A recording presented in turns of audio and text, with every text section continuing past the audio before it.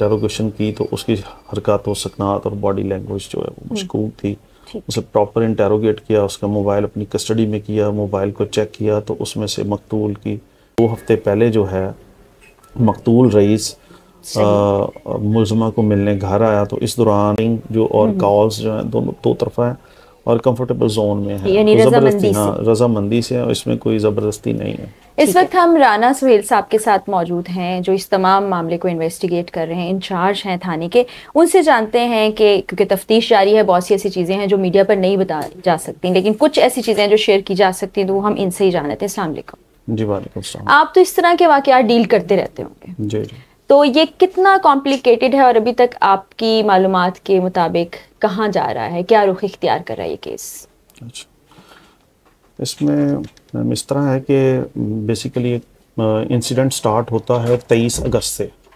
23 अगस्त को रात को तकरीबन 11 बजे ये इंसिडेंट स्टार्ट हो जाता है, लेकिन हमें रिपोर्ट होता है ये 24 अगस्त को तकरीबन सुबह 7:30 बजे 15 पे कॉल मसूल होती है। दुरुस्त। कॉलर हमें बताता है कि आपके इलाके में शाम के भटियाँ एक गांव है, वहाँ उसके करीब एक सुनसान जगह है, वहाँ पे एक जली सड़ी हुई लाश पड़ी हुई है, तो आप यहाँ पे आ जाएं। 15 की कॉल मसूल होती है, उस पर मैं और मेरी टीम ने क्राइम सीन पे रिस्पॉन्ड किया, फौरी पहुँचे तो डेड बॉडी जली हुई थी। उसमें हमने फौरी तौर पे हमारी क्राइम सीन यूनिट टीम है उसे कॉल किया, PFSA को कॉल किया। In the mean while senior officers को, चूँकि इंसिडेंट हीनियस क्राइम था उसमें उन्हें इन्फॉर्म किया। हमारे सीनियर ऑफिसर्स भी क्राइम सीन पे पहुँचे, कुछ इंस्ट्रक्शंस हमें दी, उनको फॉलो किया।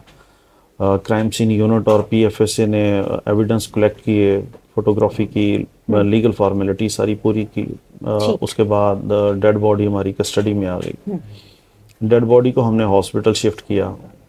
अब जो अगली अहम बात थी वो यही थी कि अनआइडेंटिफाइड डेड बॉडी है, इसकी शनाख्त की जाए। सही। ठीक है, उसके लिए हमने डेड बॉडी की पिक्चर्स और वीडियोस ली और उनको डिफरेंट अपने पुलिस ग्रुप्स, लाहौर के पुलिस ग्रुप्स में शेयर किया, और जो करीबी इस्लाह हैं जिस तरह ज़िला कसूर है, शेखुपुरा, ननकाना, उधर तमाम पुलिस स्टेशंस में वो पिक्चर्स भिजवा दी।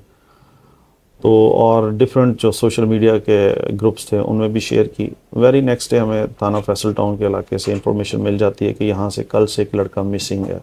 सही। तो हम जो है वो उनके वारसान से रब्ता करते हैं, उन्हें फिर हम हॉस्पिटल लेके जाते हैं, डेड बॉडी दिखाते हैं। डेड बॉडी दिखाते हैं तो उसमें वो शनाख्त कर लेते हैं। हमारे साथ उनके वारसान में से उसका भाई था, उसने शनाख्त किया कि ये मेरा भाई रईस है और एक डिलीवरी बॉय है। अच्छा। लास्ट नाइट ये एक डिलीवरी देने गया हुआ था, उसके बाद जो है इसका मोबाइल बंद हो गया और हमारा इससे रब्ता नहीं हो रहा था। ठीक। तो हमने उनसे सेल नंबर लिया, उसका सेल नंबर लेने के बाद हमने लास्ट नाइट जितनी कॉल्स थी उनकी डिटेल्स ली, उसकी लास्ट लोकेशन ली। वो जो लास्ट लोकेशन थी वहाँ जो है हमने फौरी तौर पे विज़िट किया सराउंडिंग्स में, और इसी असना में मेरी टीम ने जितने सस्पेक्ट नंबर थे सबकी डिटेल्स दी। उन सब लोगों को हमने थाने बुलवा लिया और सबसे इंटरोगेशन स्टार्ट कर ली। उसमें से कुछ मकतूल के जानने वाले थे और कुछ नंबर ऐसे थे कि जो जिनको प्रॉपर जानता नहीं था। उसमें से एक नंबर ऐसा था कि जिससे हमने इंटरोगेशन की तो उसकी हरकत व सकनात और बॉडी लैंग्वेज जो है वो मशकूक थी। उसे प्रॉपर इंटरोगेट किया, उसका मोबाइल अपनी कस्टडी में किया, मोबाइल को चेक किया तो उसमें से मकतूल की वीडियोस मिल गई। अच्छा। जिसमें वो कन्फेशनल स्टेटमेंट्स दे रहा था कि मैं इस घर में आया हूँ और मैं डकैती की नीयत से आया था, मेरे दोस्त साथी और भी थे। अच्छा। और मैं जो है वारदातें करता रहता हूँ और इस तरह लोगों के घरों में जाता रहता हूँ। एनी हो, जब ये चीज़ें हमने देख ली तो मुलज़म ने भी कन्फेशन कर लिया कि मैंने वाकई उसका मर्डर किया है। अच्छा। तो उससे अगला सवाल हमारा यही था कि तुमने मर्डर क्यों किया? ठीक। उसने बताया कि जी मेरी बीवी आमना है, उसको ये 4-5 महीने से तंग कर रहा था। ठीक। तो मैंने पूछा कि तंग करने का सिलसिला कब और कहाँ से शुरू हुआ? तो उसने कहा मेरी बीवी जो है ऑनलाइन शॉपिंग करती थी और ये एक कंपनी में मुलाजिम था, राइटर था और इसी तरह डिलीवरी देता था। तो ये मेरी बीवी को मुख्तलिफ नंबरों से तंग करता रहता था, मैसेजेस करता था, कॉल्स करता था और सम टाइम वीडियो कॉल्स करता था। ठीक। तो इसलिए जो है मैंने इसे टेलीफोन पे पहले समझाया, 1-2 दफ़ा ये बाज नहीं आया, इसलिए मैंने इसका मर्डर कर दिया। तो उसके बाद हमने मुलज़मा का मोबाइल अपने कब्ज़े में लिया, उससे देखा, उसकी कॉल डिटेल्स ली, उससे पता चला कि 5-6 माह से इनका आपस में रब्ता था, और जो व्हाट्सएप पे चैटिंग थी वो देखी, कुछ पिक्चर्स वीडियोस थी वो देखी, और इन सारी चीज़ों को फिर हमने फर्दर फोरेंसिक के लिए लैब भिजवा दिया।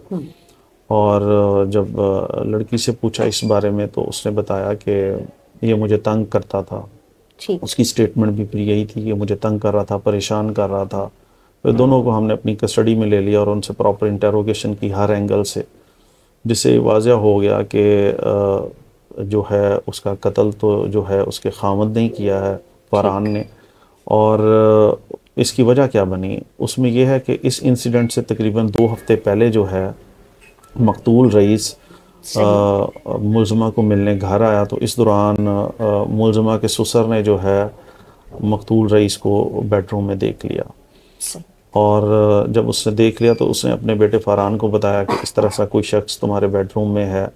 अपने बेटे को कॉल कर दी। कॉल जब की तो उसका बेटा घर आ गया और मुलज़म वहाँ से बहरहाल फ़रार होने में कामयाब हो गया उस वक्त। और जब उसने अपनी बीवी से पूछा तो बीवी जो है उसकी परेशान थी, बीवी को उसने टॉर्चर भी किया और उसका मोबाइल जो है अपनी कस्टडी में ले लिया। मोबाइल को से फिर ख़ुद जो है वो लड़की बन गया और मुलज़म को जो है ना उसने ट्रैप करना शुरू कर दिया। फिर 23 अगस्त की रात को वो ट्रैपिंग उसकी कामयाब हुई और मकतूल रईस उस घर में आ गया। जो ही वो घर के अंदर दाखिल हुआ उसे वो अपने रूम में ऊपर ले गया पिस्टल तान के। तो उसके बाद उससे तशद्दुद किया और उसी तरह जिस तरह मैंने पहले आपको बताया वीडियोस बनाई, तो वो तशद्दुद इतना ज़्यादा था कि वो जो है उसकी डेथ हो गई। फिर वो डेड बॉडी को अपनी गाड़ी में जो है रखा और साथ अपनी बीवी को कार में बिठाया फ्रंट सीट पे और फिर ये मांगा के इलाके में यहाँ ला के और सुनसान जगह पे उसकी डेड बॉडी पे पेट्रोल छिड़क के उसको आग लगा दी। ये सारा इंसिडेंट ऐसे हुआ। ठीक है, आपने बताया कि वो खातून के फ़ोन से भी आपने चैट्स देखी, कॉल्स देखी, तो क्या जो वो कह रही हैं कि सिर्फ उनको तंग किया जाता था वो दुरुस्त है या दोनों का बाहमी राब्ता और बाहमी ताल्लुकात थे? देखें वो चैट्स के मुताबिक तो अगर हम उसकी प्रीवियस देखें तो उसमें चैटिंग का थोड़ा सा वर्जन और था। जब ये लास्ट रिसेंट डेज का देखें तो उसका और था। तो पहले के हालात और थे। जब एंड के 1-2 महीने उसमें ऐसे लग रहा था कि ये चैटिंग जो और कॉल्स जो हैं दोनों दो तरफा है और कंफर्टेबल जोन में है, ज़बरदस्ती, हाँ रजामंदी से, इसमें कोई ज़बरदस्ती नहीं है। ठीक है, तो यानी कि बाद में ट्रैप करके उसको एक तरह से गैरत के नाम पे मार दिया गया। जी, मुलज़म तो यही कह रहा है कि मेरी बीवी को तंग करता था तो मैंने इसे गैरत के नाम पे कत्ल कर दिया। इसे मैंने समझाया भी, ये नहीं समझा। लेकिन गैरत के नाम पे कत्ल करें या गैरत के बगैर कत्ल करें, कत्ल तो कत्ल है जिसकी ना मज़हब में कोई गुंजाइश है और ना ही कानून में कोई ऐसी गुंजाइश है। सर, एक सवाल मैं आपसे ये करना चाहूँगी, जो तमाम देखने वाले भी जानना चाहते हैं कि अगर कोई ऐसी चीज़ होती है तो उसको पुलिस में रिपोर्ट किया जाना चाहिए, ना कि आप कानून हाथ में ले लें, खुद ही अदालत लगा लें, खुद ही आप जज बन जाएं और सज़ा भी दे दें। देखें जी, ये तो बड़ी वाज़ह सी बात है कि अक्सर सुनने में भी आया, देखने में भी आया कि ख़वातीन को जी वर्किंग प्लेस पे या कहीं जाते अगर हरास किया जाता है तो पुलिस ने इसके लिए प्रॉपर अब एक वुमेन सेफ्टी एप्लीकेशन भी बना दी है, जिस पे कुछ इंसिडेंट हुए हैं तो ख़वातीन ने जो है वो व्हाट्सएप पे मैसेज किया, लोकेशन किया और पुलिस ने उसी दौरान जो है वो रिस्पॉन्ड किया और मुलज़म को भी पकड़ लिया है। और साथ ही साथ ये कि अगर मुलज़मा आमना का वर्शन स्ट्रॉन्ग होता, सही होता, तो वो ख़ुद पुलिस को कॉल करती कि मुझे फ़लाँ जो है राइडर या डिलीवरी बॉय हरास कर रहा है, परेशान कर रहा है, तंग कर रहा है। अपने खामद को बताती, अपनी किसी फ्रेंड को बताती, अपने पेरेंट्स को बताती। उसने तो कोई फोरम यूज़ ही नहीं किया और ख़ुद वो उन्होंने अपनी ही अदालत लगा ली और एक कत्ल किया। बिल्कुल।